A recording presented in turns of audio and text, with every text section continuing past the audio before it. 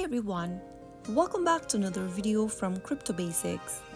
In this video, we will be learning how to download BitMart application on your iOS device.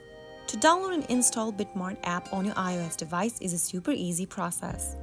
First of all, go ahead and open your App Store. Also make sure that your device is connected to a stable internet. Go to the search box at the top and type in BitMart. Once you search for the BitMart application, go ahead and look for this application with this specific logo over here and tap on the install or the download button to start downloading the app on your device. The BitMart application is a mobile platform that allows users to trade a wide range of cryptocurrencies, manage digital assets, and access various trading features. Wait for a couple of minutes and the application will be downloaded on your device.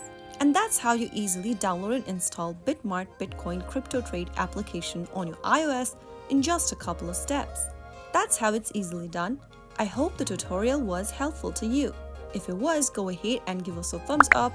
Don't forget to subscribe to the channel and hit the bell icon so that you'll never miss out on another update from us. I will be back again in the next episode. Goodbye till then.